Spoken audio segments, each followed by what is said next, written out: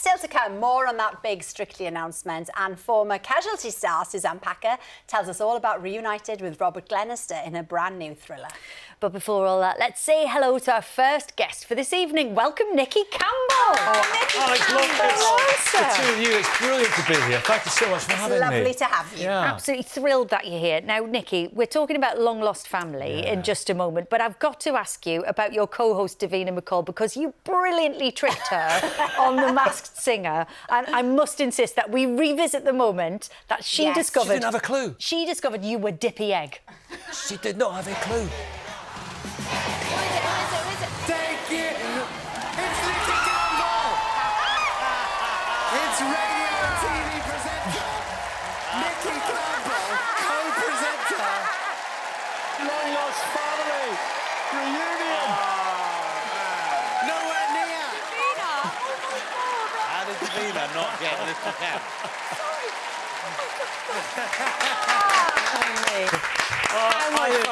I absolutely adore that woman. And she was, I mean, she's just a living, volcano of warmth and genuineness. She's a superb person. Has she forgiven you for tricking her? No, I was on the way home, actually, and I was exhausted. I mean, darling, being an egg for 4 weeks.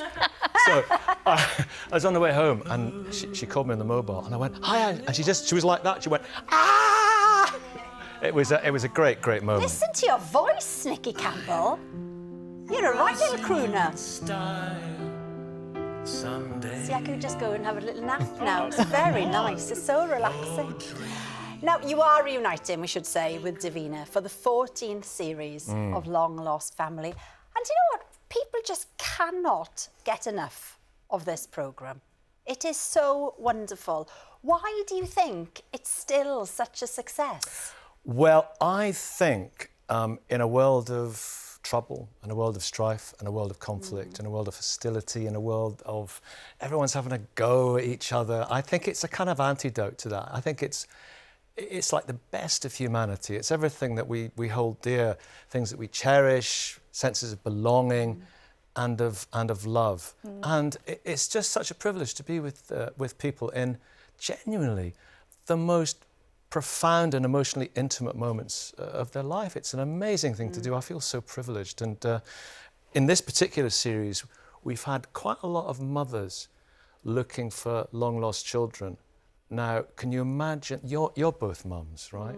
Can you imagine what that is like after 50, 60 years, seeing the baby that was taken away from you or given up for adoption when you were 16 and you could, and just to be there in those moments, it's extraordinary. Yeah. Well, there's one of those stories tonight which is extremely touching. You follow a lady called Roz. So tell us a little bit about her, Nicky. Well, Roz, I'm with Lindsay, and Lindsay, knowing that she was given up for adoption by Roz, assumed that she was going to be one of many siblings, because that's often the case. There are many half-siblings and sometimes full siblings out there. And it was a situation that Lindsay discovered that she was the only one, which made it so much more... I mean, it's always powerful and poignant. More poignant, but in a way for Roz, her only child. And her birth mother gave her up when she was only 16. And I think we can look at that moment when you explain that truth to Lindsay about her mother, Roz. Did you ever look yourself? I did quite a few years ago. I did a little bit of research and we found out that she was married, she had 3 children. But I didn't take it any further because I knew she obviously had a family and I didn't want to come and blow that all apart. Well, your birth mother, Roz, doesn't have any other children. Really? Oh, wow. So it's someone completely different. Crikey. Just me. Wow. That's a real shock. Oh, it's really powerful, isn't it? And actually, they look so similar, don't they? That's the thing. Sometimes when I pick up the picture and I look and it's just, oh my God, that's extraordinary. And for long lost family members to see pictures of each other, it's like it's a lot to process. You know?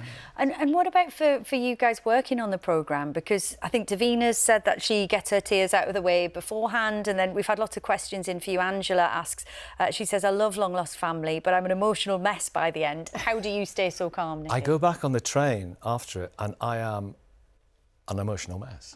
Yeah, very often. And I mean, there have been situations, Davina's, as she said, when she gets home, I think she lets it all out.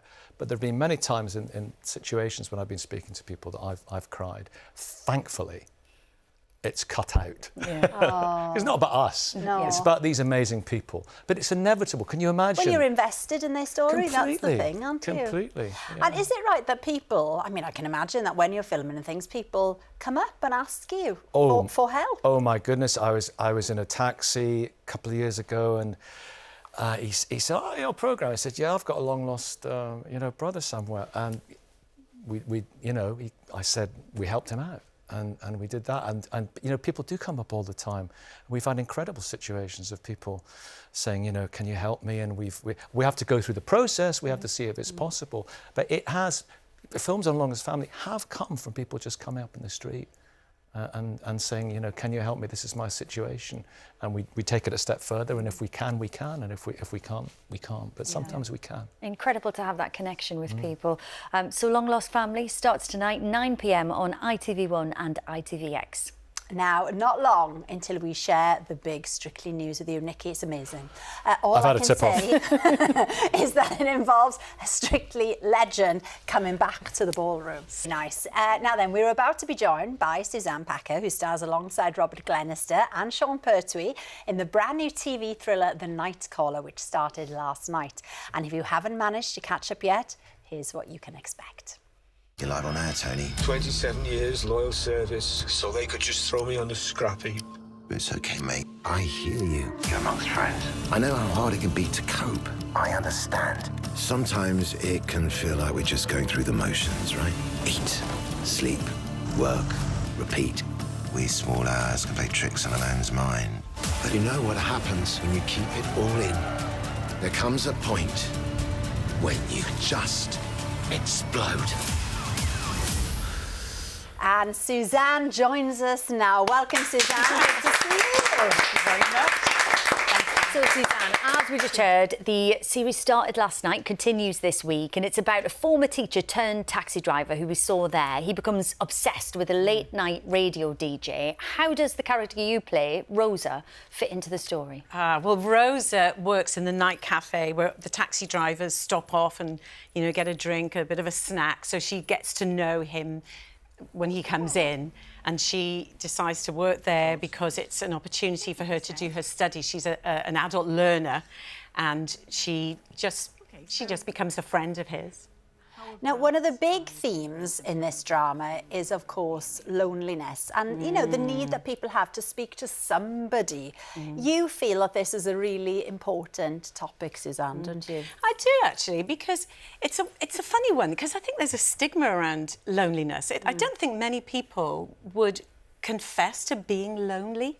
Somehow we can say so many other things, and so it's wonderful how it's drawn out in this wonderful drama. And I say wonderful because it took a while to come on the screen, and so when I watched it, I felt like I was watching it for the first time. I didn't realise how much that they such emphasis they put on Tony's inner life. Yeah. Watching him as this, he's almost a hermit in his daily life, and then you see him existing in the nighttime alone. Well, they're all quite isolated characters, aren't they? I mean, what is it about Rosa that draws Tony in? Oh, wow. I think she's got a smart sort of third eye to people who are vulnerable. I think she's a natural carer, very empathetic. And I think there's a part of her that's also lonely, which is why she's doing what she's doing. She's an adult learner alone, and she works in the night, at night time. So, yes, I can imagine that would be an instant sort of magnet for each other. Yeah. So for you, this show sees you working with Robert Glenister, not for the first time. How was it being reunited? Oh, it was gorgeous. I love Robert. terrible. I'm such a fan. I think he's a wonderful actor, and as everyone will have seen last night, and hopefully will see the rest, his work, he's so detailed as an actor, and as a person, he's so generous to work with. You know, he very supportive, but I think I think he's one of the best actors that we have in the country, without doubt. Well, hopefully he's watching now. That will be a lovely evening for him. Yes, to hear that. you own me, Robert. You say, Suzanne, that one of the things that helped you was the fact that you trained as a teacher. And so you felt that you could connect to his character a lot more because of that. Well, it was one of the reasons I wanted to do the job, because there was so much in it that I could connect to. I actually feel teachers' starting entrance pay should be 50 grand. I think it's the hardest job. Yep. I think you have so much responsibility with the most vulnerable, and so I really appreciated the way Nick, the writer, Saltrees, really got that sense of, this is a man who has given his life to his vocation, and it means everything to him to be a teacher, and the best teacher, and to really connect with his students, and that really appealed to me. Nicky, I want to bring you in as well on a different element of this so story. True what you because said there. It was brilliant what you said. That to connect and inspire as well. Yeah. Well, I want your perspective on the idea of being, because you are master of the radio phone-in, you know, the intimacy, you know about that connection, because that's a big part of the story as well, the connection that listeners have with, you know, the radio has the voice in their ear. What's so special about that? And especially at night, because you don't do night times now, but you have done that. Yeah, I did a late night radio show on Radio 1, believe it or not, for 5 years, many years ago. And it was a very magical time for me, because there is an incredibly powerful intimacy. And I absolutely get that you connect with lots of people who are on their own, lots of people who are lonely as well. And I think at just at that time of night, you and the microphone just talking, you forget you're on the radio. You know, you forget you're on those times when you forget you're on the radio. You're just talking to a friend, and obviously there can be situations like that is portrayed, but it's a wonderful and warm experience. And I think there's something very magical reverberates and echoes through the airwaves when we're at that time of night. It is. It's one voice talking to one person. Yeah. It's so special, isn't it? Exactly. We have to talk now then about Casualty. Because you played Tess Bateman, didn't you, for 12 years? I did. Charlie says, I remember Suzanne's first appearance in Casualty many years ago, such a talented actress. We saw, maybe last week, that there might be a rumour that you're going back.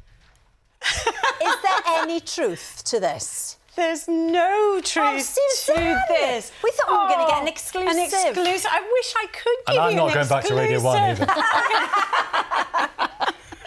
No, not at all. Wow, that's incredible. But if the call came... Well, I would say talk to my agent. There you go. It's not back in the scrubs before you know it. It's not a no. It's a wonderful, wonderful show. You were great on that. Thank you very much. Yeah, you were brilliant. I mean, lots of compliments. Thank you. And Robert Glenister's great as well. Robert's the best. All right, we're going to interrupt the loving to tell you when it's on. The Night Caller continues tonight, 9 p.m. on Channel 5. And you can watch the first episode on My 5 if you missed it yesterday. What's that music? That music, Nicky, can only mean one thing. It is time for the big Strictly news. Oh, yes. Just a couple of months to go until Strictly Come Dancing returns. The judging panel's been confirmed. The professionals have all been announced. Or, Al, have they? Dun, dun, dun. Well, yes, because we can tell you that there's a Strictly legend and former champion who will be coming back to the ballroom next series. And they are with us now. I can exclusively reveal it is the one and only Aljaz! No. What? Come on! Oh, yeah. Haven't danced in a minute. Hello. How are you? Wow. Nice to see you. It's him. Oh, yeah, it is me. Hello, nice to see you. Oh, Aljaz, Incredible. the nation will be thrilled. This is just the news we need. I mean, So am I. I'm so thrilled. are you relieved now that you can finally share the news? Yeah, it's been a little while now since I've known, and I couldn't wait to tell everyone to go back. I'm probably more excited now than I was when I first time started. How long have you known? 1 hour. So it's a big year for Strictly this year, 20 years on TV. So I'm imagining lots of surprises in store. What are you most looking forward to this series? I think everything. I think Strictly, like we all know, gets bigger and better every single year. I think especially this year for the anniversary, 20 years, it's incredible. It's such an amazing show, and I think it's a part of British culture now. And at the end, why we all do it is for everyone at home watching. And it makes so many people happy. It brightens up so many people's days. So I think that all of us that do it for that reason. So that's what I'm looking forward to the most, really. And since you were last on Strictly, of course, little baby Lyra has been born. She's an absolute cutie. Look at her. Look at her. You know, has becoming a dad changed you? Is there anything that you've learned that you might take into the ballroom? Yeah, definitely. I mean, the one thing she's definitely taught me is how to stay up for 3 days at a time. So I'm probably going to have more energy to train than I've ever had before. It'll feel like a rest. Oh, yes, yeah, probably. And she's just starting to walk, so she has this beautiful little wiggle now. So I might put that into a couple of routines, So do you. hopefully. Thank you. Thank you. Lovely. Thank you. Aljaz, you've had some fantastic partners over the years, including Abby Clancy, Alison Hammond and Sarah Davies. What have you missed about being part of the series? Do you know what haven't I missed? I mean, I left 2 years ago. I really wanted to be a dad my whole life, really, since I can remember. And I got to look after my pregnant wife for a year. Then I got to look after my beautiful little baby for a year. And now going back, I mean, I miss everything about it. But what I'm excited for is that moment when I get a video sent from Jeanette from home that the little one is standing in front of a telly, pointing at it and going, "Daddy." That's great. And then imagine if you close your eyes that Craig gives me a 10. That same moment, how beautiful that would be. Yeah, you have to imagine quite hard. Yeah, it's a big stretch. Who knows? But anyway. Now, some people won't know this, Suzanne, but your brother is Olympian Colin Jackson. He is. And of course, he came second in 2005 on Strictly. Yes, he did. What was more nerve-wracking, him in the Olympics or him on the Strictly dance floor? Oh, well, it's very close, but I would say definitely in the Olympics. Yes, but it is very close. Exactly. Very close. Aljaz, we are thrilled to have you back. Good luck in the ballroom. And Strictly will be back on our screen. Somebody said today in 8 weeks. That's so exciting. I'm ready with this weather. We've got the I'm weather ready already. now. We are there. Cannot wait. And lots of people excited and sending messages in to say that they are thrilled to have you back. Fantastic. Now, before we go, this Friday the BBC will be celebrating the life and legacy of presenter and our friend Michael Mosley with a Just One Thing Day, which is, of course, named after his brilliant Radio 4 podcast. Yes, inspired by Michael's ethos to change just one thing a day to improve your well-being, whether it's taking up weightlifting or having a little nap. We want to know one thing that you do every day to make life better. Do get in touch in all the usual ways and we'll share your messages on the show on Friday. That is all we've got time for tonight. Thank you so much to our wonderful guests for joining us. I'll be back tomorrow on BBC One with Alan Carr and the star of the movie Twisters, Daisy Edgar-Jones, Glenn Powell and Anthony Ramos. Have a lovely evening. We'll see you soon.